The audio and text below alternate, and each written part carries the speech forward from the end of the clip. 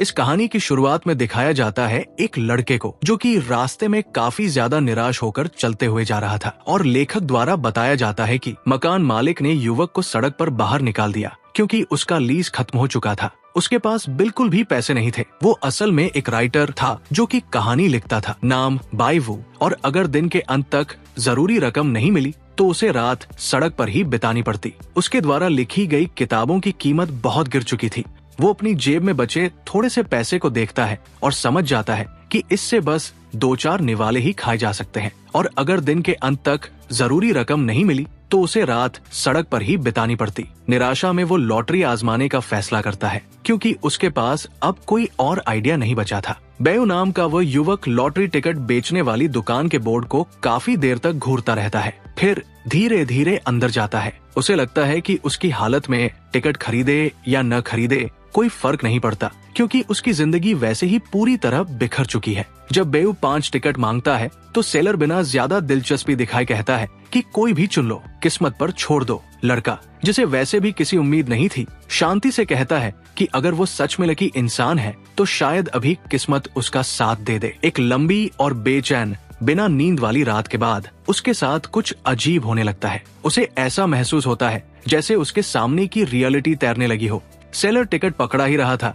कि तभी लड़के की नजर किसी अजीब जानकारी पर पड़ती है जिस पर 100% लिखा हुआ था। वो सोचने लगता है कि ये आखिर है क्या। वो अपनी उंगलियां उस इमेज की ओर बढ़ाता है, उसे छूने की कोशिश करता है और सोचता है कि क्या ये सिर्फ वही देख सकता है या कोई और भी। ये सिर्फ उसका वहम तो नहीं। बेयू को एहसास होता है कि वो कागज के पार हर टिकट की जीतने की प्रोबेबिलिटी देख सकता है। अपनी थ्योरी टेस्ट करने के लिए वो एक टिकट खुरचता है और हैरान रह जाता है क्योंकि उसने 10 युआन जीत लिए थे। अब पूरी तरह कॉन्फिडेंट होकर वो बेचैन तरीके से 2 और टिकट मांगता है, ये सोचकर कि उसका कैलकुलेशन गलत नहीं हो सकता। जब वो कंफर्म कर लेता है कि टिकट के ऊपर दिख रहे नंबर सच में जीतने की संभावना बताते हैं तो वो 10 और टिकट खरीदने की बात करता है। सेलर उसे चिड़चिड़ी नजर से देखता है, कुछ बड़बड़ाता है लेकिन टिकट थमा देता है। टेबल पर उसके सामने 9 टिकट ऐसे होते हैं जिन पर 100% लिखा होता है, लेकिन किसी वजह से बेयू 0% वाले टिकट की ओर हाथ बढ़ाता है। जब वो कंफर्म करता है कि ये टिकट सच में हारने वाला है तो उसे जबरदस्त झटका लगता है। अब उसे पूरा यकीन हो जाता है कि वो सफलता की प्रतिशत संभावना देख सकता है। जब सेलर देखता है कि लड़का हार गया तो वो उसे समझाता है कि जुआ नुकसानदेह होता है और सही समय पर रुक जाना चाहिए। सेलर की हैरानी के लिए बेयू शांति से पैसे देता है और कहता है कि उसे 20 युआन के 10 टिकट और 10 युआन का एक टिकट चाहिए। सेलर मन ही मन सोचता है कि अब ये लड़का पूरी तरह अपना पैसा गवा देगा, फिर भी उससे पूछता है कि क्या वह सच में श्योर है। 10 मिनट बाद दुकानदार मायूस होते हुए 20,420 युआन परेशान होते हुए ट्रांसफर करता है क्योंकि ऑब्वियसली हमारा हीरो जीत गया था। जब पैसा ट्रांसफर होता है तो बेयू को सब कुछ और भी ज्यादा अनरियल लगने लगता है। वो सोचने लगता है कि टिकट के ऊपर दिखने वाला परसेंटेज सिर्फ जीतने की संभावना दिखाता है, इनाम की रकम नहीं। उसे लगता है कि अगर इनाम की रकम भी दिखती तो कितना अच्छा होता। वो ये समझने की कोशिश करता है कि ये प्रोबेबिलिटी आखिर कैलकुलेट कैसे हो रही है और क्या इसमें कोई पैटर्न है। अचानक उसकी आंखें फैल जाती है। उसे एक ऐसा आइडिया आता है जो सब कुछ बदल सकता था। वो टेबल पर पड़े टिकटों की ओर इशारा करता है और सेलर से वही टिकट मांगता है। बेयू टिकटों को हाथ में लेकर एक एक को ध्यान से देखता है और हर एक की प्रतिशत संभावना जांचता है। सेलर खुद से सोचता है कि ये लड़का बस किस्मत से जीत रहा है और इस बार जरूर हारेगा। बेयू खुद को शानदार महसूस करता है और तय करता है कि एक और मौका लेना चाहिए। उसकी इंट्यूशन कहती है कि किस्मत अभी उसके साथ है। सेलर चिढ़ने लगता है क्योंकि लड़का अब तक करीब 20,000 जीत चुका था और अब हारना चाहिए था। लड़का एक और टिकट खुरचता है और बिना किसी हैरानी के फिर से 10 युआन जीत जाता है। लगातार जीत के बाद बेयू को लगने लगता है कि अब उसकी किस्मत सच में चमक रही है और रुकने की कोई वजह नहीं है। सेलर दिल पकड़ लेता है। उसे यकीन नहीं होता कि ये सब हो क्या रहा है। छठी बार लगातार जीतने के बाद भी बेयू शांति से कहता है कि आज वो बस बहुत ज्यादा लकी है। वो टिकटों को देखते हुए सोचने लगता है कि इनसे वो अधिकतम कितनी रकम निकाल सकता है। अचानक उसे एहसास होता है कि सफलता का प्रतिशत इस बात पर निर्भर करता है कि टिकट लेने से पहले वो खुद से क्या सवाल पूछता है। उसे समझ आ जाता है कि अगर वो सवाल सही तरीके से बनाए और परसेंटेज का सही इस्तेमाल करे तो वो इस दुकान के मालिक को आसानी से चकमा दे सकता है। सेलर अब सतर्क हो जाता है। उसे लगने लगता है कि ये लड़का या तो पागल है या फिर कोई जीनियस मैनिपुलेटर। वो इस नतीजे पर पहुंचता है कि ये सिर्फ किस्मत नहीं हो सकती, शायद ये लड़का किसी जुए के देवता का पुनर्जन्म है। बेउ खुद भी मानने लगता है कि उसकी ये नई क्षमता किसी दैवी शक्ति से कम नहीं। आज खुद को बेहद लकी मानते हुए वो एक साथ कई दर्जन टिकट बल्कि पूरे पैक मांग लेता है। सेलर उसे फिर चेतावनी देता है कि जोश में आकर लत मत लगा लेना। बेउ शांति से कहता है कि चिंता की कोई बात नहीं और उसे उम्मीद है कि वह फिर से 20,000 जीतेगा। सेलर भारी सांस लेता है और समझाने की कोशिश करता है कि जिंदगी सिर्फ किस्मत के सहारे नहीं बनाई जा सकती। वो बेचैनी से देखता है जैसे बेउ एक और टिकट खुरचता है। पसीने की बूंदें सेलर के चेहरे से टपकने लगती है। अचानक उसे राहत मिलती है जब वो देखता है कि इस बार टिकट हार गया। वो गंभीर लहजे में कहता है कि इस दुनिया में अनंत किस्मत जैसी कोई चीज नहीं होती। बेउ बस मुस्कुराता है क्योंकि उसे पता है कि ये किस्मत नहीं बल्कि उसकी क्षमता है। शक न हो इसलिए वो जानबूझकर कुछ टिकट हारने लगता है। सेलर खुश होकर कहता है कि उसने पहले ही चेतावनी दी थी, लेकिन बेउ जानता है कि अब सही समय है अपनी क्षमता को पूरी तरह इस्तेमाल करने का, क्योंकि वो जानता है कि ये किस्मत का मामला बिल्कुल नहीं है बल्कि पहले से सफलता की संभावना देखने की उसकी क्षमता का कमाल है। अब वो किस्मत पर भरोसा नहीं करता क्योंकि वो सिर्फ उन्हीं टिकटों को चुनता है जिनका मनचाहा प्रतिशत उसे पहले से पता होता है। शक पैदा न हो इसलिए वो जानबूझकर हारने लगता है, ये उम्मीद करते हुए कि सेलर कुछ नोटिस नहीं करेगा। आदमी खुशी से मुस्कुराता है और कहता है कि उसने पहले ही चेतावनी दी थी, लेकिन बाई ने उसकी बात नहीं मानी और अब हारने के बाद उसकी पूरी किस्मत खत्म हो चुकी है। अचानक बाई को लगता है कि उसकी किस्मत फिर से लौट आई है। बाई अपनी नई क्षमता पर हैरान होता रहता है और जानबूझकर 0 चांस वाले टिकट खरीदता है ताकि सेलर का ध्यान भटकाया जा सके। सेलर ये देख बार बार कहता है कि किस्मत अब उसका साथ छोड़ चुकी है और अब सफलता की संभावना सिर्फ 1 में 10 है। बाई उसकी चिंता के लिए धन्यवाद देता है और गंभीर चेहरे के साथ कहता है कि उसे यकीन ही नहीं हो रहा कि उसकी किस्मत उससे मुंह मोड़ चुकी है। असल में वो ऐसा बिल्कुल नहीं सोचता। उसे लगता है कि अब अपनी नई क्षमता को पूरी तरह इस्तेमाल करने का यही सही समय है। सिगरेट का एक कश लेते हुए सेलर उसे सलाह देता है कि वो ये सब भूल जाए। उसे पूरा यकीन होता है कि अब वो कुछ भी नहीं जीत पाएगा। बाई फिर जीत जाता है, लेकिन इस बार आदमी पूरी तरह शांत रहता है क्योंकि इनाम सिर्फ 20 युआन होता है, न कि हजारों जैसा उसे डर था। लड़का खुशी खुशी टिकट दिखाते हुए कहता है कि वो फिर जीत गया है और इस बार उसे 10 यून मिले हैं। सेलर जीतने वाले टिकटों को ध्यान से देखता है और मन ही मन सोचता है कि ये लड़का शायद किसी दानव का अवतार हो सकता है। बाई आसमान और धरती की आत्माओं को पुकारने लगता है और आखिरी लॉटरी टिकट पर 10 लाख युद्ध देने की प्रार्थना करता है। सेलर इस मांग को भोली भाली समझता है क्योंकि इतनी जीत के बावजूद 10 लाख की संभावना नहीं बढ़ती और लड़के को ये समझना चाहिए। इसी पल बाई का चेहरा चमक उठता है और वो सेलर को 15,000 जीत वाला टिकट पकड़ा देता है। ये देखकर आदमी इतना चौंक और परेशान हो जाता है कि वो खुद को रोक नहीं पाता और जोर से चीख पड़ता है। लड़का साफ संतोष के साथ देखता है कि 15,000 उसके अकाउंट में क्रेडिट हो रहे हैं और मुस्कुराते हुए हाल की बातचीत और किस्मत की बात याद दिलाता है। आदमी चालाकी पर उतरने का फैसला करता है। उसे पता होता है कि फैक्ट्री इनाम बराबरी से बांटती है और चूंकि लड़के को पहले ही मुख्य टिकट मिल चुका है, अब सफलता की संभावना नगण्य है। वो बाई से कहता है कि आज वो सच में बेहद किस्मत वाला है और पूछता है कि वह और कितने टिकट खरीदना चाहता है। बाई टिकट स्कैन करने लगता है और जीत की संभावना देखने की कोशिश करता है। उसे पता चलता है कि अधिकतम संभावना सिर्फ 5% है। इसके बाद वो टिकट खरीदने से मना कर देता है और कहता है कि उसकी सारी किस्मत अब खत्म हो चुकी है। उसे लगता है कि अब रुकने का समय आ गया है। सेलर उसे मनाने की कोशिश करता है और कहता है कि जब वो इतना किस्मत वाला है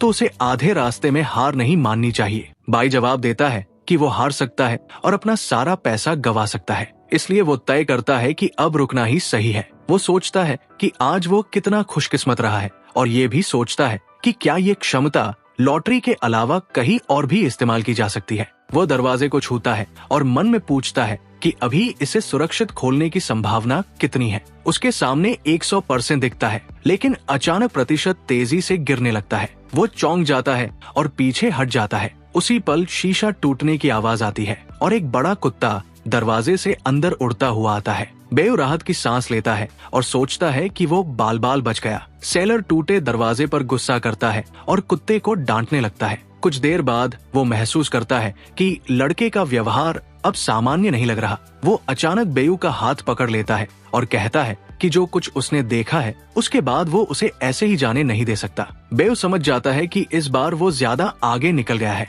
वो मन में सोचता है कि अगर वो कहे कि उसके पास मानसिक शक्तियां हैं तो क्या ये आदमी मानेगा। परसेंटेज 50% दिखाता है। वो नया सवाल पूछता है। अगर वो कहे कि उसके माता पिता मशहूर जादूगर थे तो परसेंटेज बढ़ने लगता है। वो गर्व से कहता है कि उसके पास साइकिक पावर है और वो कोई सड़क छाप ठग नहीं है। सेलर शक के साथ सुनता है, लेकिन जब बेयू सीक्रेट वंश की बात करता है तो भरोसा बढ़ने लगता है। आखिर में सेलर उसे मास्टर कहकर बुलाता है और मदद मांगता है। बेयू उसकी मुआवजे की रकम का हिसाब लगाता है और बताता है कि अगर वो 42 लाख मांगे तो मना नहीं किया जाएगा। सेलर फोन करता है और कॉल खत्म होते ही हैरानी से कहता है, मुझे यकीन नहीं हो रहा, मुआवजे की रकम बिल्कुल वैसी ही निकलती है जैसी उस लड़के ने बताई थी। इसके बाद वो आदमी युवक का धन्यवाद करता है और कहता है कि वो सच में एक असली साइकिक है। सेलर को पूरा भरोसा हो जाता है कि मास्टर ने उसे एक बहुत काम की भविष्यवाणी दी है और वो कृतज्ञता में 3 लाख युआन देने का वादा करता है। वो रहस्यमय साइकिक की भूमिका बनाए रखता है और कहता है कि ये सब स्वर्ग की इच्छा है। वो आंखें बंद करता है। वो मन ही मन सोचता है कि आज वो कितना ज्यादा लकी है। तभी उसे बैंक से नोटिफिकेशन मिलता है कि उसके अकाउंट में 3 लाख वान क्रेडिट हो चुके हैं। इतनी आसानी से इतनी बड़ी रकम मिलने पर बो के अंदर की खुशी संभाले नहीं संभलती। वो सेलर को देखता है और सोचता है कि अगर वो सफलता का परसेंटेज देख सकता है तो वो कोई भी इच्छा पूरी कर सकता है। बो उस आदमी से विदा लेता है। सेलर उसे मास्टर कहकर बुलाता है और अच्छे दिन की कामना करता है। वो गर्मजोशी से मुस्कुराते हुए उसे जाते हुए देखता रहता है। बो को लगता है कि अगर वो इस सुनहरी खान का सही इस्तेमाल करे तो वो अपनी जिंदगी पूरी तरह बदल सकता है और बड़ी सफलता हासिल कर सकता है। वो बाहर निकलता है और तुरंत उसी बेवकूफ कुत्ते को देखता है जिसने दुकान का दरवाजा तोड़ा था। उसे हैरानी होती है कि कुत्ता अब भी यहीं है। वो सोचता है कि शायद वो यहाँ किसी को ढूंढ रहा है। वो मन में ये सवाल करता है और सिस्टम से जवाब मिलता है कि इसकी संभावना 100% है। उसे याद आता है कि इसी कुत्ते की वजह से उसने पैसे कमाए थे, इसलिए वो तय करता है कि अब उसे ये एहसान चुकाना चाहिए और कुत्ते को उसके मालिक तक पहुंचना चाहिए। उधर कुत्ता खुशी खुशी पास पड़ी गेंद उठाता है और जोश में उसे हवा में उछाल देता है। गेंद पास की इमारतों और विज्ञापन बोर्ड से टकराते हुए तेजी से उछलती है और वापस आकर सीधे कुत्ते के सिर पर लगती है। इसके बाद वही गेंद तेज रफ्तार में उड़ती हुई सीधे उस लड़के के सिर पर आ लगती है। तेज दर्द में वो सिर पकड़ता है और सोचता है कि इसका मालिक आखिर ऐसे जानवर को कैसे संभालता होगा। लड़के को ये सब बेवकूफी लगता है, लेकिन वो तय करता है कि अब जब उसने जिम्मा ले ही लिया है तो मालिक को ढूंढना ही पड़ेगा। अचानक कुत्ता दौड़ पड़ता है और युवक उसके पीछे पीछे भागने लगता है, ये मानते हुए कि शायद वह उसे उसके मालिक तक ले जाएगा। भागते हुए वो कई बार सोचता है कि उसे पीछा जारी रखना चाहिए या नहीं। कुछ मिनट दौड़ने के बाद वो एक सेंट्रल पार्क में पहुंच जाता है, जहां उसकी नजर एक बेंच के पास खड़ी एक लड़की पर पड़ती है। वो उस लड़की को ध्यान से देखता है और उसकी खूबसूरती से हैरान रह जाता है। उसे लगता है कि ऐसी इत्तेफाक सिर्फ बेहद जबरदस्त किस्मत से ही होते हैं। वो मन में सोचता है कि ये लड़की कम से कम 9 आउट ऑफ 10 तो जरूर है। अगले ही पल वो सोचता है कि इस लड़की के कुत्ते का मालिक होने की संभावना कितनी है और जवाब आता है 100%। उसे हैरानी होती है कि इतनी खूबसूरत लड़की ही उस कुत्ते की मालिक है। वो खुद से मानता है कि शुरुआत में वो सिर्फ अपनी क्षमता टेस्ट करना और थोड़ा पैसा कमाना चाहता था, लेकिन अंत में उसे उससे कहीं ज्यादा मिल गया। वो नोटिस करता है कि लड़की बहुत रिलैक्स दिख रही है और सेल्फी ले रही है, जबकि उसका कुत्ता गायब है, जो उसे थोड़ा अजीब लगता है। वो एक पल रुकता है और सोचता है कि बातचीत कैसे शुरू करे। लड़की तुरंत सेल्फी लेना बंद कर देती है और सवालिया नजर से उसे देखती है। वो पूछता है कि क्या ये कुत्ता उसी का है। लड़की कहती है कि ये जानवर उसके कुत्ते से बहुत मिलता जुलता है,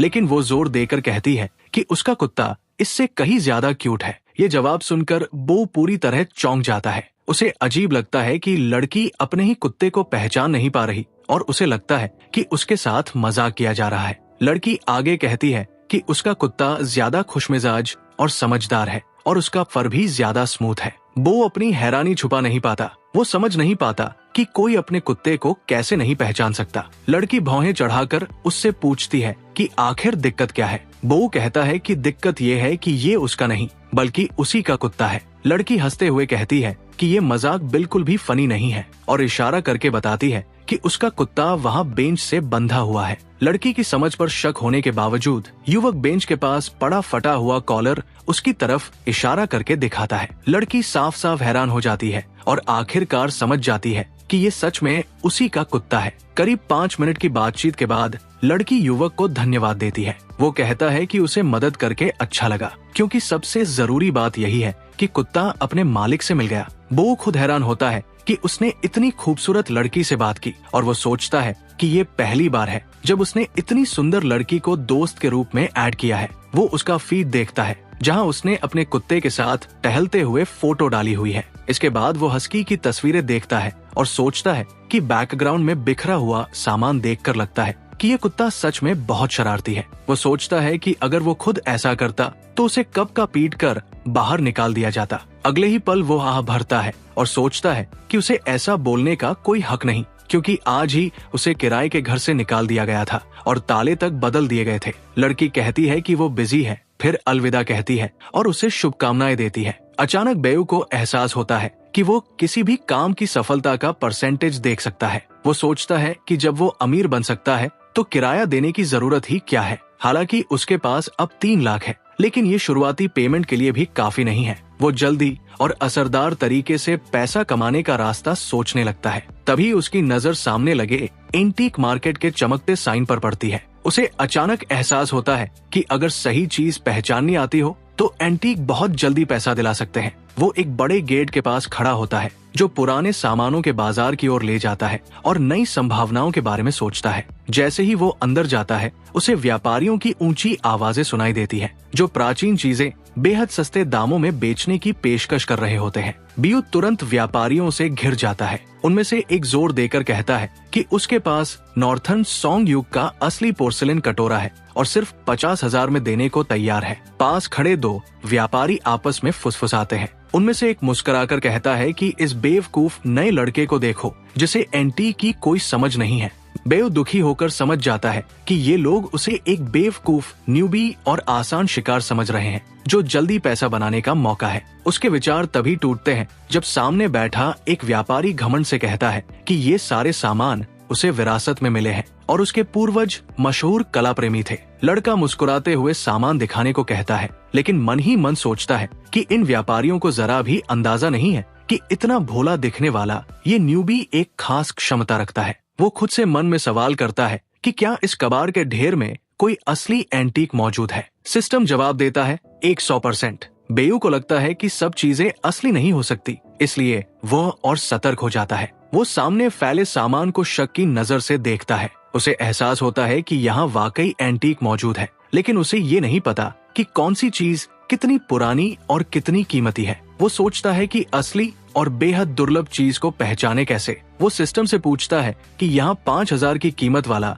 कोई एंटीक मिलने की संभावना कितनी है। जवाब आता है 0%। सामान को स्कैन करते हुए उसकी नजर प्रेयर बीड्स पर पड़ती है, जिनकी प्रामाणिकता 100% थी और 300 युआन की कीमत पर सफलता की संभावना 5% दिख रही थी। व्यापारी कहता है कि लड़के की नजर तेज है और बताता है कि ये माला सबसे कीमती चीज है, क्योंकि इसे कभी महारानी ने पहना था। जब वो इसके लिए 20,000 युआन मांगता है तो बेयू समझ जाता है कि उसे साफ तौर पर बेवकूफ बनाया जा रहा है और वो वहाँ से हट जाता है। बेयू मान लेता है कि ज्यादातर व्यापारी सिर्फ सड़क छाप ठग है और वो 10,000 युआन को एक की तरह इस्तेमाल करने का फैसला करता है। वो बगल के एक स्टॉल पर जाता है और पूछता है कि इस दुकान में 10,000 से ज्यादा की चीज मिलने की संभावना कितनी है। जवाब आता है 10%। वो 20,000 फिर 30,000 के बारे में पूछता है, फिर 50,000 युआन की चीज की संभावना पूछता है, जहां उसे फिर से 10% मिलता है। ये देखकर वो सोचता है कि यहाँ अच्छा पैसा कमाया जा सकता है।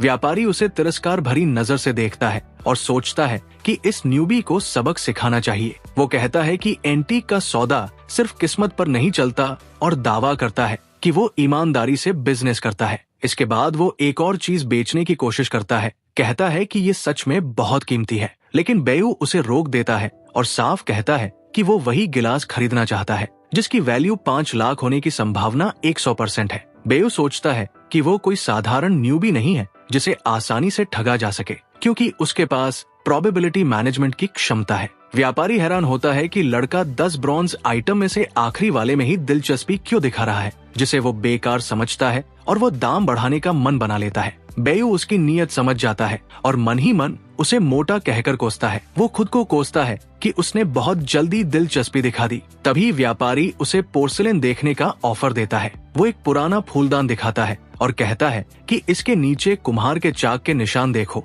ये पूरी तरह हाथ से बना है। वो इसके लिए 50,000 मांगता है और कहता है कि इसे दोबारा बेचकर अच्छा मुनाफा होगा। बेयू बाहर से हैरानी दिखाता है, लेकिन अंदर ही अंदर सोचता है कि ये मोटा फिर से बेकार कबाड़ बेचने की कोशिश कर रहा है, जिसकी कीमत कुछ युआन से ज्यादा नहीं। तभी उसे एहसास होता है कि इस मोटे को पता ही नहीं है कि उसके पास आधे मिलियन युआन की एंटीक मौजूद है। बेयू माफी मांगते हुए कहता है कि एंटीक खरीदना मजेदार जरूर है, लेकिन उसे पोर्सिलेन में दिलचस्पी नहीं है। ये सुनकर व्यापारी चौकन्ना हो जाता है और निराशा छुपाने की कोशिश करता है। बेयू कैजुअली कहता है कि उसे ये वाइन कप पसंद है ताकि व्यापारी दाम न बढ़ाए। व्यापारी मुस्कुराता है और कहता है कि लड़के की नजर वाकई तेज है। वो बताता है कि उसने ये कप 8,000 में खरीदा था और उसी दाम में देने को तैयार है। बेयू बाहर से चौंकने का नाटक करता है, लेकिन मन ही मन सोचता है कि ये तो अभी भी नाम मात्र की रकम है। उसे समझ आ जाता है कि व्यापारी को इस कप की असली कीमत का जरा भी अंदाजा नहीं है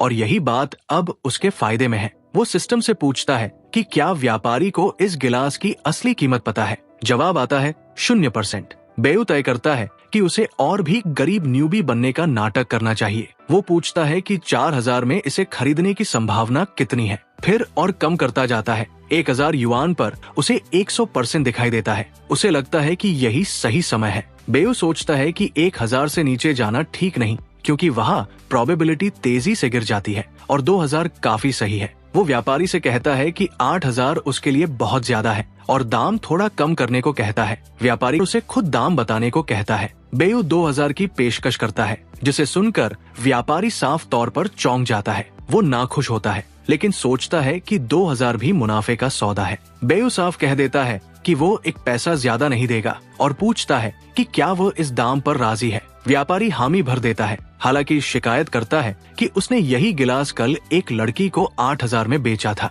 बेयू कहता है कि अगर वो बेचना नहीं चाहता तो कोई बात नहीं। आखिरकार व्यापारी अनिच्छा से सौदे के लिए मान जाता है। ट्रांजैक्शन हो जाता है, डील पूरी हो जाती है। बिना अपनी खुशी जाहिर किए बेयू शांति से गिलास वाला डिब्बा उठाता है और वहाँ से चला जाता है। बेयू अंदर ही अंदर खुशी से झूम रहा होता है, क्योंकि उसने एक बेहद कीमती चीज सिर्फ नाम मात्र के दाम में खरीद ली थी। असल में उसने जैकपॉट मार लिया था। उधर व्यापारी भी खुश था, क्योंकि उसने वो सामान जिसे उसने लगभग बेकार समझा था 2,000 में बेच दिया था। वो मन ही मन सोचता है कि उसने एक भोले न्यूबी को चूना लगा दिया। ऐसे पलों में उसे अपना काम बहुत पसंद आता है, क्योंकि वो कबाड़ को एंटीक बताकर हजारों कमा लेता है। वो युवक को एक बेवकूफ समझता है, जिसने सस्ता सामान खरीदकर दोबारा बेचने का सपना देखा है। लड़के को जाते हुए देखकर वो उसे बेवकूफ कहता है। इसके बाद वो बगल वाले व्यापारी से शेखी बघारता है कि कल एक लड़की ने पुराना थर्मस 9,000 में खरीदा था और आज एक लड़के ने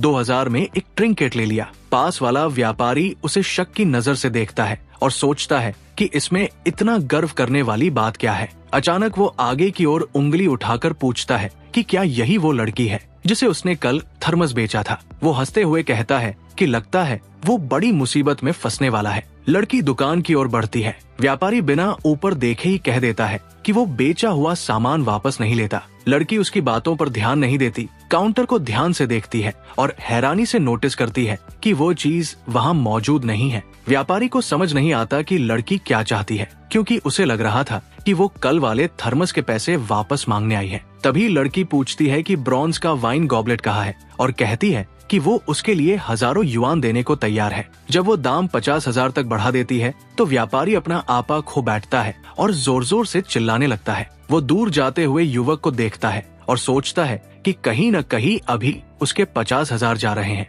उसे जबरदस्त झटका लगता है कि वो ब्रॉन्ज गॉबलेट इतना कीमती निकला। वो समझ नहीं पाता कि वो लड़का ये सब कैसे जान गया। लड़की देखती है कि वो मोटा व्यापारी उसे घूर रहा है और समझ नहीं पा रहा कि हो क्या रहा है। वो मान लेती है कि शायद उसे दाम कम लग रहा है और सौदा जल्दी करने के लिए रकम बढ़ाने लगती है। वो 70,000 फिर 80,000 की बोली लगाती है। पास का व्यापारी ये रकम सुनकर सन्न रह जाता है और मुंह खुला का खुला रह जाता है। लड़की अब साफ तौर पर घबरा जाती है और पूछती है कि इन लोगों को हुआ क्या है, क्या इन्हें उसकी बात सुनाई नहीं दे रही। मोटा व्यापारी आंसू रोक नहीं पाता। वो अपनी खोई हुई 80,000 और इस बात पर पछताता है कि एक अनुभवहीन लड़के ने उसे इतनी चालाकी से मात दे दी। पड़ोसी व्यापारी को ये सब मजेदार लगने लगता है। उसे लगता है कि ये ठग आज खुद ही जाल में फंस गया है। हालांकि मोटा व्यापारी खुद को संभालता है। लालच उसकी आंखों में चमकने लगता है और वो 1,00,000 युआन की पेशकश करता है। उसकी हैरानी के लिए लड़की बिना सौदेबाजी किए तुरंत मान जाती है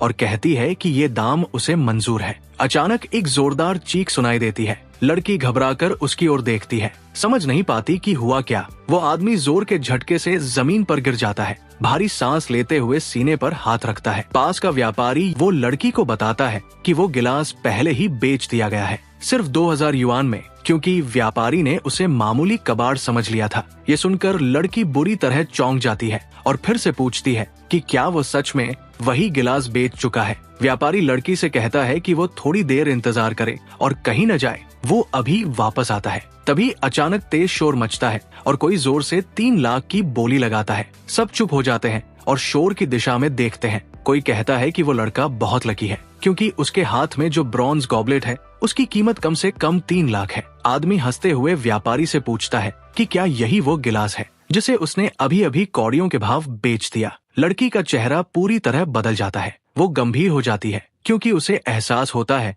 कि अब एक और बड़ी समस्या सामने आ गई है। बेऊ इशारे से साफ कर देता है कि 3,00,000 की पेशकश उसे बिल्कुल भी मंजूर नहीं है। एक बूढ़ा आदमी सौदे से इनकार करता है और कहता है कि ये कीमत बहुत ज्यादा है और चीज इतनी कीमती नहीं है। तभी वही व्यापारी जिसने गिलास बेचा था भीड़ में घुसकर तब और कोई जोर से बोली लगाता है कि अगर 3,00,000 कम है तो वो 3,50,000 देने को तैयार है। अगले ही पल व्यापारी को जोरदार धक्का लगता है और वो दूर जा गिरता है। बूढ़ा आदमी आगे बढ़ता है और सख्ती से 4,00,000 की कीमत तय करता है, 1 युआन भी ज्यादा नहीं। बेऊ मानता है कि ये आखिरी कीमत नहीं है। उसे ये भी समझ आता है कि ये बूढ़ा आदमी कोई आम खरीदार नहीं बल्कि असली एक्सपर्ट है। कुछ देर बाद वो सिस्टम से पूछता है कि क्या 5,00,000 में बेचने की संभावना है। जवाब आता है 100%। बूढ़ा आदमी भारी सांस लेता है और कहता है कि आज की पीढ़ी बहुत अधीर है। इसके बाद वो 5,00,000 देने के लिए राजी हो जाता है। गिलास बेचने वाला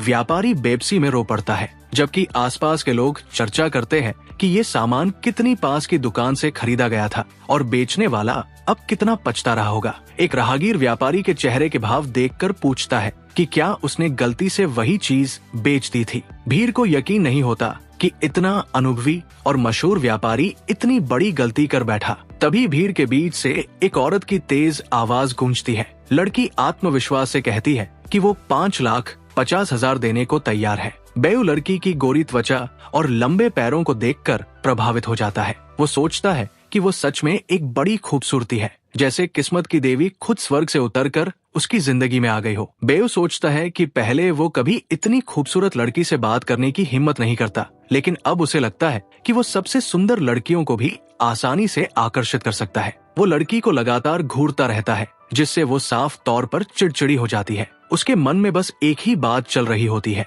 उसे ये वाइन कप हर हाल में चाहिए, नहीं तो उसके दादा उसे कभी माफ नहीं करेंगे। बेऊ ये जानने का फैसला करता है कि क्या लड़की और ज्यादा दाम देने को तैयार है और सोचता है कि उसकी इस जिद का कैसे फायदा उठाया जाए। भीड़ में उसे वही व्यापारी दिखता है जिसने उसे ये गिलास बेचा था। बेऊ खुशी खुशी घोषणा करता है कि जो चीज उसने 2,000 में खरीदी थी उसकी कीमत आधे मिलियन युआन से भी ज्यादा निकल आई है। लड़की दाम बढ़ाकर 5,50,000 कर देती है और तुरंत सौदा करने की जिद करती है। बूढ़ा आदमी इसका विरोध करता है। वो कहता है कि उसने पहले बोली लगाई थी और लड़की की मांग नियमों के खिलाफ है। लड़की झुठलाकर जवाब देती है कि अभी तक कोई सौदा तय नहीं हुआ है, इसलिए उसे पूरी तरह बोली में शामिल होने का हक है। बेऊ सोचने लगता है कि शायद लड़की ये चीज अपने लिए नहीं बल्कि किसी और के लिए खरीद रही है। बेऊ कहता है कि उसे गिलास बेचने में कोई आपत्ति नहीं है, लेकिन पहले खरीदार आपस में तय कर ले ताकि बाद में कोई विवाद न हो। लड़की आत्मविश्वास से कहती है कि एंटीक मार्केट में जीत उसी की होती है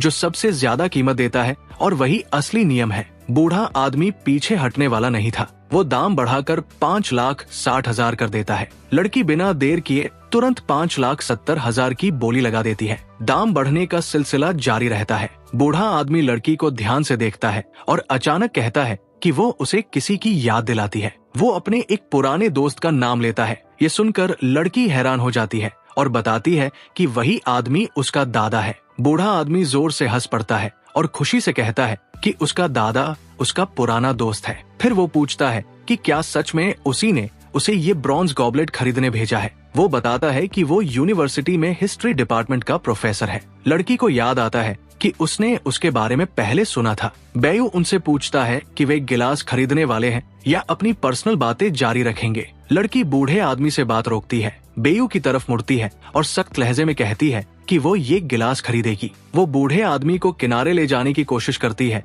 और कहती है कि अगर उसके पास समय हो तो वो उसके दादा से मिल सकता है, उनके साथ चाय पी सकता है और वो खुद उसे घर तक छोड़ देगी। बेयू अपने फोन की स्क्रीन को खुशी से देखता है क्योंकि अभी अभी उसे मैसेज मिला होता है कि उसके अकाउंट में 6 लाख यून ट्रांसफर हो चुके हैं। वो लड़की को गिलास सौंप देता है और संतुष्ट चेहरे के साथ सोचता है कि वो लगभग मिलियनेयर बन चुका है। इसके बाद वो सोचता है कि शायद उसे इस अजनबी लड़की को और बेहतर तरीके से जानना चाहिए। अपनी सफलता से उत्साहित होकर वो विनम्रता से लड़की से उसका कांटेक्ट मांगता है ताकि वो उसे वीचैट पर ऐड कर सके। उसका ये खुला ऑफर न सिर्फ लड़की को हैरान करता है बल्कि उसे साफ तौर पर चिढ़ा भी देता है। लड़का लड़की से कहता है कि वो उसे ऐसी लगती है जिसे एंटीक में दिलचस्पी है और वादा करता है कि अगर उसे कुछ दिलचस्प मिला तो वो उसे जरूर लिखेगा। लड़की मन ही मन घिन से सोचती है कि ये पागल सा मेंढक सच में हंस का मांस खाने का सपना देख रहा है। लड़का धीरे धीरे समझने लगता है कि लड़की उसे एक दयनीय सपने देखने वाला समझ रही है जो असंभव और पहुंच से बाहर चीजों की चाह रखता है। वो उसकी बातों पर आक्रामक प्रतिक्रिया देती है और गुस्से में कहती है कि उसे इस तरह उससे बात करने की हिम्मत नहीं करनी चाहिए। हालांकि एक पल के लिए उसकी आंखों में संदेह की परछाई उभरती है। वो सोचती है कि क्या ये लड़का सच में खुद को किस्मत की देवी का आशीर्वाद प्राप्त मानता है। वो उससे पूछती है कि क्या उसे सच में पूरा यकीन है कि वो उससे बड़ा है और इसलिए इस लहजे में बात कर सकता है। वो सोचने लगता है कि कहीं ये लड़की उससे बड़ी तो नहीं है और सच्चाई जानने के लिए अपनी क्षमता इस्तेमाल करने का फैसला करता है। सिस्टम उसे बताता है कि उसके उससे बड़ी होने की संभावना 0% है। लड़का सोचता है कि इस क्षमता से वो उसका भरोसा जीत सकता है। वो पूछता है कि लड़की के 20 साल की होने की संभावना कितनी है और जवाब मिलता है 100%। इसके बाद वो साल के महीनों को एक एक करके जांचने लगता है कि लड़की किस महीने पैदा हुई थी। लड़का महीना तय कर लेता है और फिर दिन और समय निकालने की कोशिश करता है। लड़की उसे हंसते और बुदबुदाते हुए देखती है और सोचती है कि इसे आखिर हुआ क्या है। वो लड़की से कहता है कि चिंता न करे और जन्म समय की गणना जारी रखता है। वो सुबह से दोपहर और दोपहर से शाम तक सारे समय आजमाता है लेकिन हर बार सफलता की संभावना 0% आती है। आखिरकार उसे सटीक जवाब मिल जाता है और वो जान लेता है कि दोनों के जन्म में सिर्फ 1 मिनट का अंतर है और वो 1 मिनट बड़ा है। वो कहता है कि वो किसी भी हालत में लड़की को बड़ी बहन नहीं बुलाएगा। लड़की सोचती है कि उसके सामने कोई पागल खड़ा है। वो मानता है कि उसे लड़की को उसकी सही उम्र और जन्म समय बताकर साबित करना चाहिए कि वो कोई साधारण इंसान नहीं है। वो गर्व से कहता है कि लड़की 20 साल की है और सितंबर के आखिर में पैदा हुई थी। लड़की जाने ही वाली होती है कि अचानक रुक जाती है और सोचती है कि इसे ये सब जानकारी कहाँ से मिली। लड़का आत्मविश्वास भरी नजर से उसे देखता है और सोचता है कि ये सब बेहद आसान था। लड़की चिढ़ने लगती है और सोचती है कि सामने एक घटिया पिकअप आर्टिस्ट खड़ा है जिसकी एक्टिंग भी बेहुदा है। वो मानती है कि ऐसी जानकारी कोई भी निकाल सकता है और वो किसी और शहर के संकी पर समय बर्बाद नहीं करना चाहती। बो को लगता है कि लड़की उसे कम आंक रही है, इसलिए वो फिर से अपनी क्षमता इस्तेमाल करने का फैसला करता है। वो चौंकी हुई लड़की से कहता है कि उसका जन्म 30 सितंबर को ठीक 15 बजे हुआ था। आसपास खड़े लोग हैरान रह जाते हैं और सोचने लगते हैं कि ये कैसे संभव है। कुछ लोग मानने लगते हैं कि लड़का साइकिक है। भीड़ में मौजूद एक बुजुर्ग जो सबसे पहले गिलास खरीदना चाहता था, शक करने लगता है कि इस लड़के के पास कोई रहस्य है। लड़की झुठलाकर जाने ही वाली होती है कि बेयू फिर बोलता है और कहता है कि वो तय समय से पहले यानी 15:24 पर पैदा हुई थी। बो मानता है कि ये समझना मुश्किल नहीं था क्योंकि उसने अपनी ही जन्म घड़ी से हिसाब लगाया था। लड़की बेहद बेचैन हो जाती है और कांपते हाथों से फोन निकालती है। फोन पर उसकी माँ की आवाज आती है जो पूछती है कि अचानक कॉल क्यों किया। लड़की अपनी माँ से पूछती है कि वो किस समय पैदा हुई थी। वो ठीक ठीक समय की पुष्टि करने को कहती है। कुछ देर बाद माँ दस्तावेज देखकर बताती है कि लड़की का जन्म 15:24 और 36 सेकंड पर हुआ था। बो सोचता है कि अब लड़की जरूर जानना चाहेगी कि उसने इतनी सटीक जानकारी कैसे निकाली, लेकिन उसकी हैरानी के लिए लड़की कहती है कि उसे इसमें कोई दिलचस्पी नहीं है और वो उसका समय बर्बाद न करे। लड़की बहुत उलझन में है, लेकिन लड़का हार मानने को तैयार नहीं। वो कहता है कि उसने सब कुछ बिल्कुल सही अनुमान लगाया है। लड़की मानती है कि उसने सेकंड तक सही समय बताया है और हैरान होती है कि ऐसा कैसे हो सकता है। लड़की के गुस्से के बावजूद बेओ सोचता है कि उसकी खूबसूरती किसी देवी से कम नहीं है। बो उसे शांत होने को कहता है और वादा करता है कि वो अभी समझाएगा कि उसे ये जवाब कैसे मिला। लड़की पीछे हटती है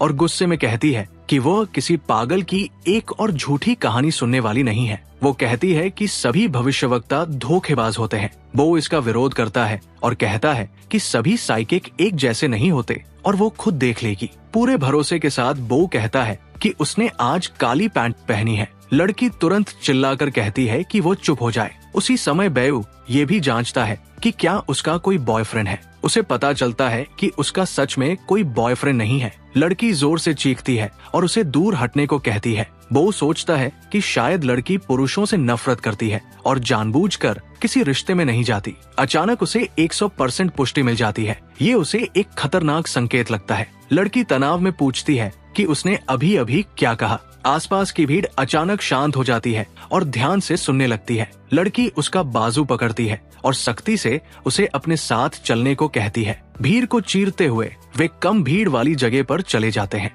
कोने में पहुंचते ही लड़की गुस्से में पूछती है कि वो सब कुछ कैसे जानता है। बो पूरे भरोसे से कहता है कि उसने सब कुछ गणना से निकाला है, इसमें कोई रहस्यवाद नहीं है। लड़की के चेहरे पर गहरा आश्चर्य आ जाता है और वो बमुश्किल कह पाती है कि ये असंभव है। बो कहता है कि अगर उसे यकीन नहीं तो वो उसके तिलों की जगह भी बता सकता है। वो पास आकर कहता है कि वो ये सब सिर्फ साइंस के लिए कर रहा है, किसी निजी इरादे से नहीं। लड़की सदमे में है और समझ नहीं पा रही कि ये कैसे संभव है। लड़की को दोस्त के रूप में ऐड करने के बाद बेऊ कहता है कि अगर उसे कोई दिलचस्प एंटीक मिला तो वो बताएगा। वो ये भी कहता है कि वो कभी भी उससे संपर्क कर सकती है और वो अपनी सटीक सलाह देगा। बो खुशी खुशी सीटी बजाते हुए सोचता है कि इस क्षमता से दूसरों के रहस्य जानना कितना आसान हो गया है। उसे कभी उम्मीद नहीं थी कि वो इतनी खूबसूरत लड़की से मिलेगा और अपनी शक्ति उस पर इस्तेमाल करेगा। बो एक बुजुर्ग को देखता है जो एक तरफ हटकर फोन पर बात कर रहा है। वो सोचता है कि क्या उसने उनकी बातचीत सुनी होगी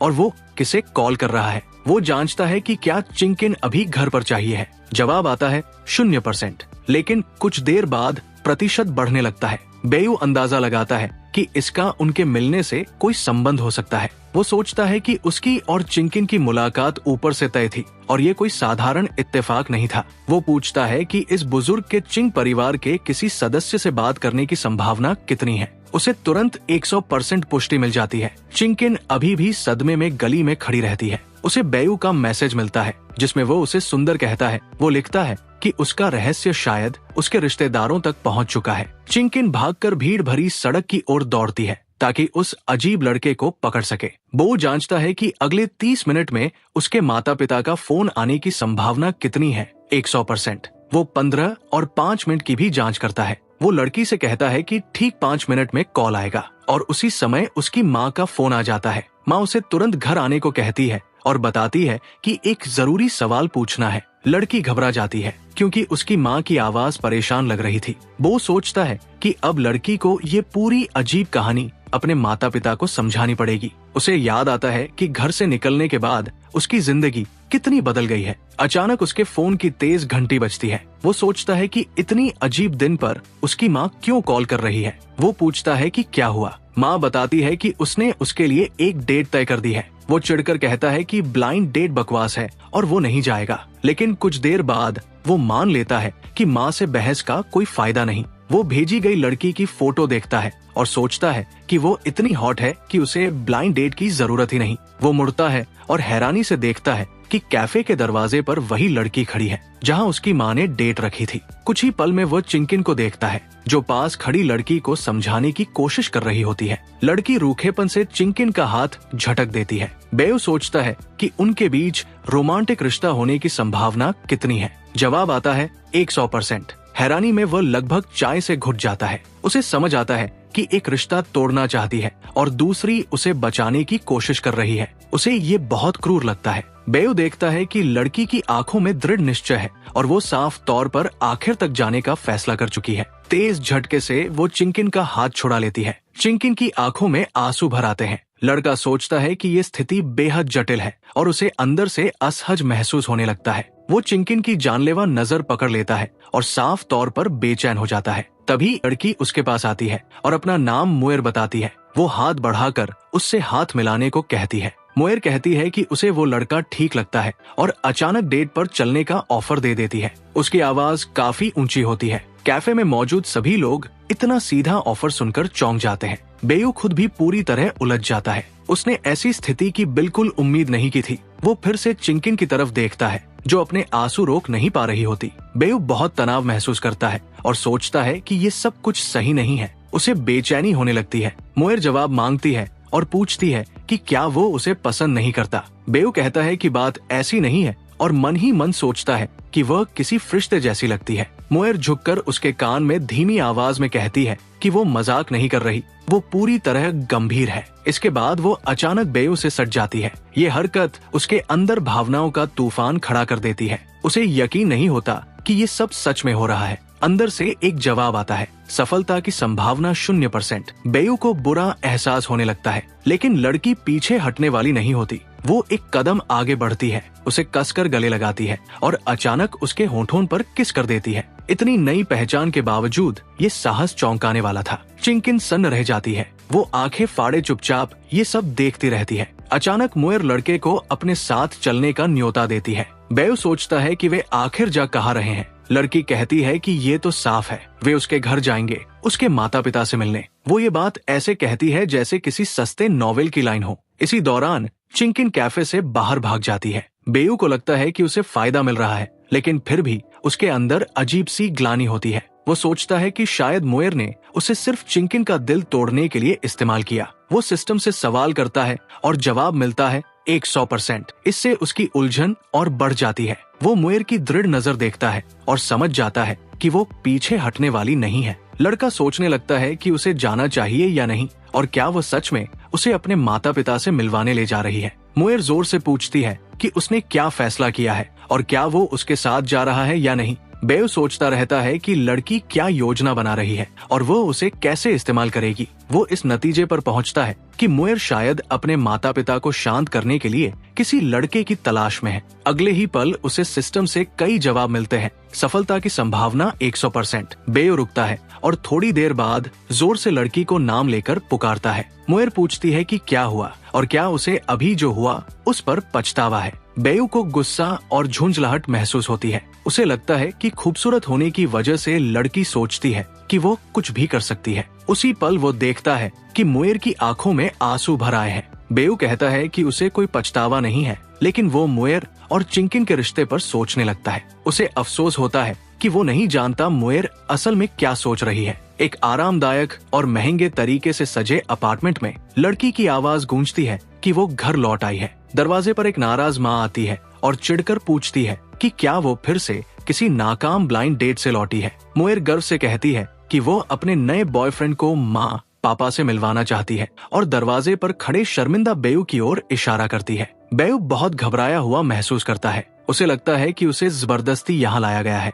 और ये सब एक नाटक है जिसमें उसे एक तय भूमिका निभानी है। वो मान लेता है कि अब उसे इस अजीब कॉमेडी को आखिर तक निभाना पड़ेगा। माँ पूछती है कि बेटी ने पहले कभी बॉयफ्रेंड होने की बात क्यों नहीं बताई। तभी अगले कमरे से पिता की आवाज आती है कि क्या उसने सही सुना है। पिता कमरे में आते हैं, बेयू का हाथ पकड़ते हैं और नोटिस करते हैं कि वो बेहद घबराया हुआ है। मोएर तुरंत कहानी बना देती है कि वे मिडिल स्कूल से एक दूसरे को जानते हैं, लेकिन पढ़ाई खराब होने की वजह से अलग हो गए थे और अब अचानक फिर मिल गए। पिता अभी भी लड़के की बाह पकड़े हुए कहते हैं कि दरवाजे पर खड़े रहना ठीक नहीं और पत्नी से कहते हैं कि जश्न का खाना तैयार करे। माँ पूछती है कि इतनी खुशी की बात पहले क्यों नहीं बताई। पिता दोनों को अंदर ले जाते हैं और बातचीत करने को कहते हैं, जबकि वे नाश्ता तैयार करने जाते हैं। स्थिति और भी अजीब होती जाती है। बेयू सोचता है कि क्या मुएर सच में इन्हीं लोगों की बेटी है। वो सिस्टम से पूछता है कि क्या मुएर इनकी जैविक संतान है। जवाब आता है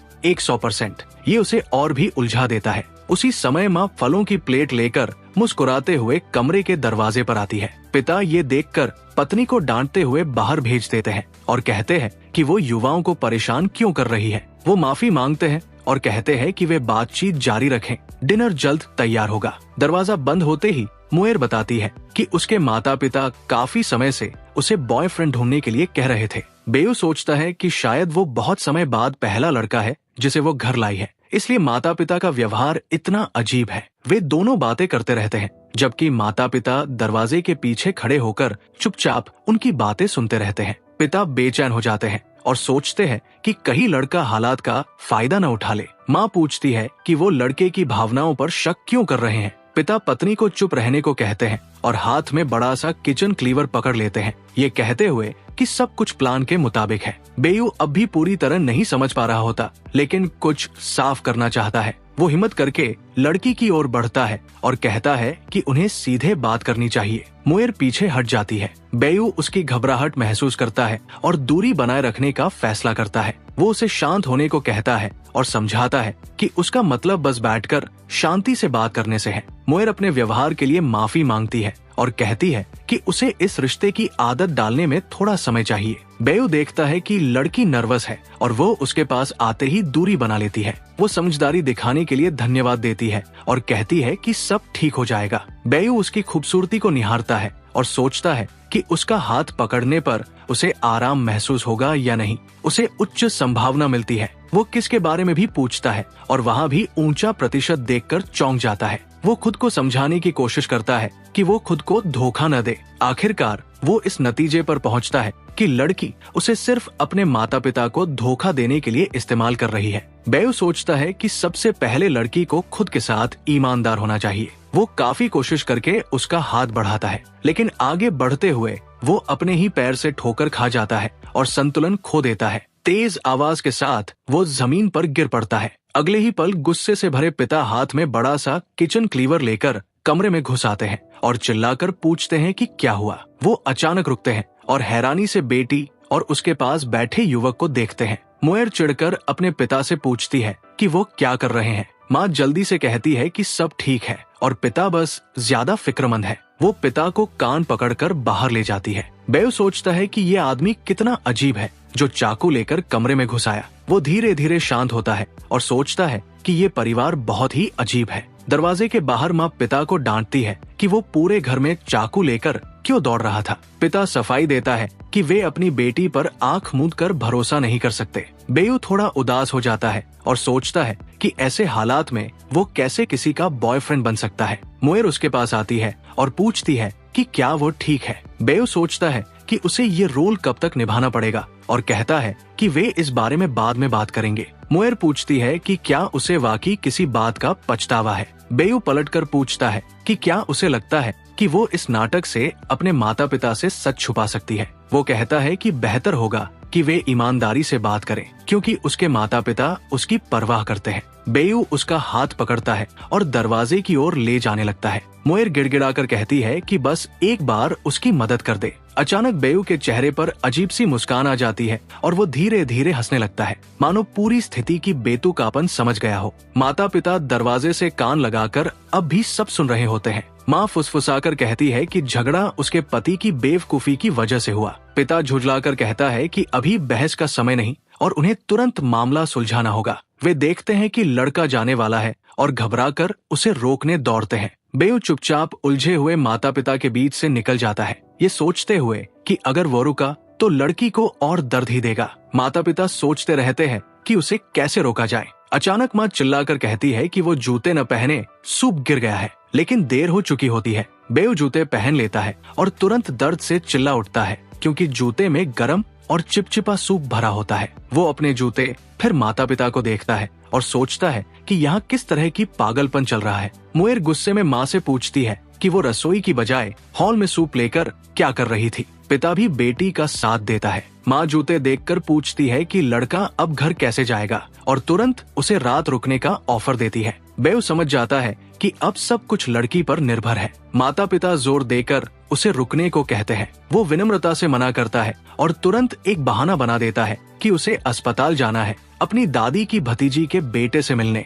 मुएर इस अजीब बहाने पर हल्की मुस्कान देती है। माता पिता सिर हिलाते हैं और उसके उलझे पारिवारिक रिश्तों पर चर्चा करने लगते हैं। कुछ पल के बाद बिस्तर पर लेटे हुए बेव सोचता है कि अब पैसा कमाना कितना आसान हो गया है और तय करता है कि वो कल फिर एंटीक बाजार जाएगा। अगली सुबह होती है और बेयू एक बड़े चौक की ओर जाता है जहां दर्जनों एंटीक व्यापारी अपने स्टॉल लगाए होते हैं। वो व्यापारी झुंझलाकर एक एंटीक फूलदान पॉलिश कर रहा होता है और सोच रहा होता है कि कैसे कल एक न्यूबी की वजह से उसे नुकसान और बेइज्जती झेलनी पड़ी। वो इसी बात पर खीज रहा होता है कि तभी उसे अपने ऊपर पड़ती एक परछाई महसूस होती है। व्यापारी मुस्कुराता है और आगंतुक को कोई भी सामान देखने का ऑफर देता है। अगले ही पल वो डर के मारे सिहर उठता है क्योंकि सामने वही लड़का खड़ा होता है जिसने कल उससे बेहद कीमती चीज कौड़ियों के भाव खरीद ली थी। स्ट्रीट फूड खाते हुए बेव लापरवाही से उसे नमस्ते करता है, नए सामान की ओर इशारा करता है और पूछता है कि क्या आज कुछ नया है।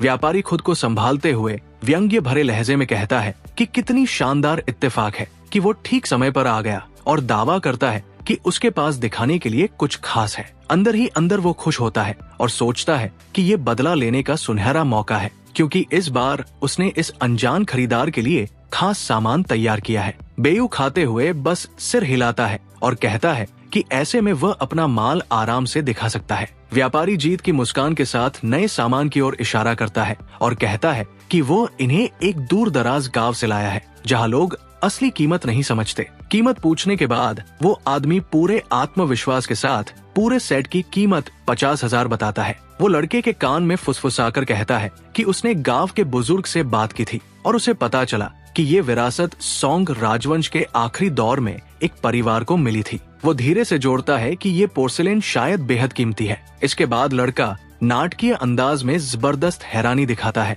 और आंखें फाड़ लेता है। सेलर डिजाइन पर उंगली फेरते हुए पूरे भरोसे से कहता है कि नक्काशी और टेक्सचर देखकर साफ लगता है कि ये पोर्सिलेन प्राचीन मास्टर्स की टेक्नोलॉजी से बना है। वो कहता है कि बाई उसका सबसे अच्छा कस्टमर है, इसलिए कीमत खास तौर पर आकर्षक रखी जाएगी। चलो तुम ही बताओ इनका कितना कीमत हो सकता है। 60 दूंगा भाई। व्यापारी की रूह कांप उठती है इतना कम कीमत सुनकर। हीरो फिर जोर से कहता है, मिस्टर वांग आप सच में बहुत बढ़िया आदमी हैं। अगर किसी फैक्ट्री से भी मैं इनको खरीदता तो कम से कम 100 का पड़ता, लेकिन बस 60 बक्स में कोई कैसे इन सिरेमिक्स के सेट को दे सकता है। वो बनावटी गुस्से में कहता है कि उसके हिसाब से ये पोर्सिलेन शानदार क्वालिटी का है और इसकी कीमत कई गुना ज्यादा होनी चाहिए। व्यापारी का सीना थपथपाते हुए कहता है, ये तो बस 6 लाख। वो दिखावे के अंदाज में ऐलान करता है कि अगर वो इतनी कम कीमत में ये सेट खरीद लेगा तो उसकी अंतरात्मा उसे जिंदगी भर परेशान करेगी। सेलर अंदर से बेहद चिढ़ जाता है, लेकिन दांत भींचते हुए विनम्रता से कहता है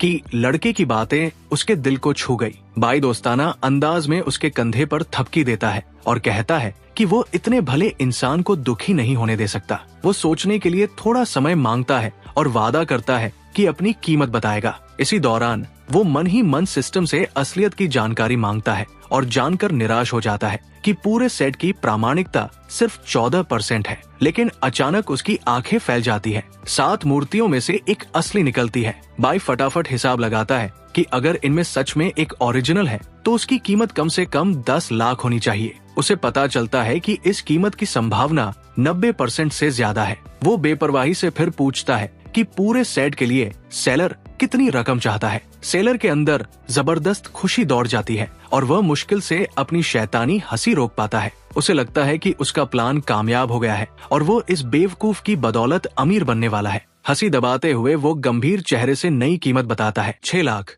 बाई उस खुशी से चमकते चेहरे वाले सेलर को ध्यान से देखता है जो मन ही मन खुद को अमीर रईस समझ रहा होता है। दरियादिली दिखाते हुए सेलर कहता है कि अगर ये कीमत ज्यादा लगे तो वो डिस्काउंट देकर 5 लाख में देने को तैयार है। बाई कहता है कि इसमें कोई दिक्कत नहीं है और तुरंत फोन निकाल लेता है। क्यूआर कोड स्कैन करके वो 5 लाख यून ट्रांसफर कर देता है। हक्का बक्का सेलर कुछ समझ पाता उससे पहले ही बाई डिब्बा उठाता है और भीड़ में गायब हो जाता है। सेलर के मन में जबरदस्त शक पैदा हो जाता है, कहीं सच में उन मूर्तियों में कोई ओरिजिनल तो नहीं था? क्या उसने दौलत कौड़ियों के भाव बेच दी? लेकिन अगले ही पल वो खुद को समझाता है कि आजकल के लड़के खुद को बहुत चालाक समझते हैं। वो पक्का मान लेता है कि सेट नकली ही था। हाथ मलते हुए वो याद करता है कि उसने ये सारा माल सिर्फ 15,000 में खरीदा था और अब आधा मिलियन कमा लिया है। अचानक ब्रेक की तेज चरमराहट सुनाई देती है। एक एसयूवी पास आकर रुकती है और एक गुस्साई लड़की बाहर निकलती है। वो सीधे सेलर पर टूट पड़ती है और पूछती है कि कल शाम उसने जो 15,000 वाली नकली पोर्सलेन बेची थी वो कहाँ है। कांपती आवाज में वो कहती है कि वो इसे 10 लाख में खरीदने को तैयार है। ये सुनकर सेलर के होश उड़ जाते हैं। उसका चेहरा पीला पड़ जाता है। लड़की रोते हुए बताती है कि ये सेट उसके दादा के लिए बेहद अहम था और वो उससे वापस करने की गुहार लगाती है। सेलर का मूड पूरी तरह बिगड़ जाता है। पास का एक व्यापारी ये सुनकर पुष्टि करता है कि उसने किसी लड़के को आधा मिलियन में नकली पोर्सलेन खरीदते देखा था। वो ताना मारते हुए कहता है कि उसे उसकी किस्मत से बहुत जलन हो रही है। सेलर गर्व से जवाब देता है कि हुनर तजुर्बे से आता है। लड़की अचानक रो पड़ती है और बताती है कि उसने गलती से अपने दादा की असली विरासत को गलत डिब्बे में रख दिया था। सेलर उसे कहता है कि पसंदीदा होने के बावजूद वो तो नकली ही है। तभी लड़की चिल्लाती है और पूछती है कि किसने कहा ये नकली है। वो बताती है कि उन चीजों में से एक असली विरासत थी जो पीढ़ियों से चली आ रही थी। मोटे सेलर की हालत और खराब हो जाती है। उसे एहसास होता है कि उसने इस बार बहुत बड़ी गलती कर दी। पड़ोसी व्यापारी उसका खुलकर मजाक उड़ाता है और याद दिलाता है कि कल उसने गिलास महंगे में बेचा था और आज पोर्सिलेन सस्ते में। लड़की जोर देकर पूछती है कि वो लड़का अब कहाँ गया। इधर बाई एक एंटीक एक्सपर्ट के घर में होता है। एक बुजुर्ग आदमी ध्यान से मूर्ति को देखता है और उसकी चमक व हालत की तारीफ करता है। काफी देर बाद वो कहता है कि ये वाकई एक शानदार नमूना है। अचानक वो बताता है कि उसके घर में भी बिल्कुल वैसी ही एक मूर्ति मौजूद है। वो समझाता है कि ये पोर्सिलेन 1000 साल से भी पुरानी है और शक से पूछता है कि इतनी दुर्लभ चीज एक युवक के पास कैसे पहुंची। बाई सिस्टम से पूछता है कि क्या ये सच में उसी बुजुर्ग की थी। जवाब आता है 100%। एक्सपर्ट पूछता है कि उसे क्या हुआ। बाई खांसते हुए कहता है कि कुछ नहीं, बस चाय गले में अटक गई थी। वो जांचता है कि क्या मोटे सेलर ने चोरी की थी। जवाब आता है 0%। फिर वो सोचता है कि शायद बुजुर्ग की पोती ने गलती से बेच दिया। जवाब 100%। एक्सपर्ट बताता है कि नीलामी में इसकी कीमत 1.2 करोड़ तक जा सकती है और वो खुद 90 लाख देने को तैयार है। बाई मानता है कि ये उसकी एंटीक करियर की शुरुआत के लिए काफी है और सौदा पक्का कर लेता है। बुजुर्ग अपना विजिटिंग कार्ड देता है और भविष्य में कुछ मिले तो संपर्क करने को कहता है। बाई संतुष्ट मन से बाहर निकलता है। तभी एक कार रुकती है और एक लड़की भागते हुए आती है। बाई सोचता है कि वो गिरेगी। संभावना 100%। वो उसे चेतावनी देता है। लड़की चिढ़कर पूछती है कि उसे ऐसा क्यों लगा। बाई को अचानक एहसास होता है कि यही एक्सपर्ट की पोती है। संभावना 100%। अगले ही पल लड़की सच में गिर जाती है। बाई उसे पकड़ लेता है। लड़की गुस्से में चिल्लाती है। बाई समझ जाता है कि मामला और उलझ रहा है। लोग आसपास खड़े होकर दोनों को अजीब नजरों से देखने लगते हैं और समझ नहीं पाते कि अचानक यहाँ क्या हो गया। अजनबी लड़की गुस्से में चिल्लाती है और तुरंत उसे छोड़ने को कहती है। हीरो तभी कहता है, अरे मैंने नहीं, बल्कि तुमने मुझे जकड़कर पकड़ रखा है। लड़की को तुरंत स्थिति का अंदाजा हो जाता है। वो खुद को उसके हाथों से छुड़ाकर तेज झटके के साथ एक तरफ कूद जाती है और पूछती है कि आखिर वो है कौन। लड़की बेहद उत्तेजित हो जाती है और उससे पूछती है कि उसे ये सब पहले से कैसे पता था। बाई कहता है कि अब उनके बीच बात करने को कुछ नहीं बचा है और वह जाने वाला है, लेकिन लड़की उसे रुकने को कहती है। बाई जवाब देता है कि उसने कुछ भी गलत नहीं किया और उसे परेशान न किया जाए। अचानक लड़की उसके हाथ से फोन छीन लेती है और कहती है कि उसे एक जरूरी समस्या है। वो ये भी कहती है कि अगली बार वही उससे संपर्क करेगी। अपना कॉन्टैक्ट नंबर सेव करके वो फोन वापस देती है और बिना पीछे देखे चली जाती है। बाई वही खड़ा रह जाता है। कुछ देर बाद वो भीड़ भाड़ वाली सड़क पर चलते हुए बेहद अच्छे मूड में होता है। वो सोचता है कि अब उसके पास बहुत सारा पैसा है और वह जो चाहे खरीद सकता है। वो मन ही मन हिसाब लगाता है कि पहले कार लेनी चाहिए या अपार्टमेंट। इसी दौरान उसकी मुलाकात एंटीक सेलर से होती है। मोटा आदमी उससे पूछता है कि उसने पोर्सिलेन कितने में बेची। बाई मुस्कुराते हुए कहता है कि उसे 90 लाख मिले। उसे हैरानी होती है कि सेलर बिल्कुल भी चौंका नहीं। ये बात बाई को अजीब लगती है। सेलर अपने असली भाव छिपा लेता है और बाई के जाते ही उसे गालियां देता है, ये सोचते हुए कि वो बदला जरूर लेगा। उधर लड़की अपने दादा के कमरे में झांकती है और देखती है कि वो वही पोर्सिलेन मूर्ति देख रहे हैं जो उन्होंने 90 लाख में खरीदी थी। वो राहत महसूस करती है और बिना ध्यान खींचे निकल जाना चाहती है, लेकिन दादा उसे देख लेते हैं और शक से पूछते हैं कि वो अचानक क्यों आई। लड़की घबरा जाती है और चुप रह जाती है। दादा गौर से उसे देखते हैं और समझ जाते हैं कि कुछ गड़बड़ है। उन्हें एहसास हो जाता है कि वो वही पोर्सिलेन पकड़े हुए हैं। लड़की हालात बिगड़ते देख अस्पताल जाने का बहाना बनाती है और रोते हुए अपनी दादी को फोन करती है। बुजुर्ग का चेहरा सख्त हो जाता है और वो गुस्से में पूछता है कि उसने ये सब कैसे कर दिया। पर इससे पहले कि वो लड़की को पकड़ पाता, तभी दादी माँ की एंट्री हो जाती है और लड़की भागकर बाहर निकल जाती है और सोचती है कि इतनी जल्दी पोर्सिलेन बेचने वाला आखिर कौन था। उसे तुरंत वही लड़का याद आता है जिसने उसके गिरने की भविष्यवाणी की थी। उधर बाई को अचानक जोरदार झटका महसूस होता है। वो इधर उधर देखता है और सोचता है कि मोटा एंटीक सेलर कहाँ गायब हो गया। वो सिस्टम से पूछता है कि क्या वो बदला लेने की साजिश कर रहा है। जवाब आता है 100%। फिर पूछा जाता है कि क्या वो पैसा वापस लेना चाहता है। जवाब फिर 100%। बाई खुद को थोड़ा शांत करता है और सोचता है कि जब तक उसके पास ये शक्ति है वो संभल सकता है। और बस इसी के साथ दोस्तों आज के लिए बस इतना ही। नेक्स्ट पार्ट बहुत जल्द आएगा। अगर आप लोगों को ये कहानी पसंद आई तो अगला पार्ट भी इधर आपको मिल जाएगा। बाय।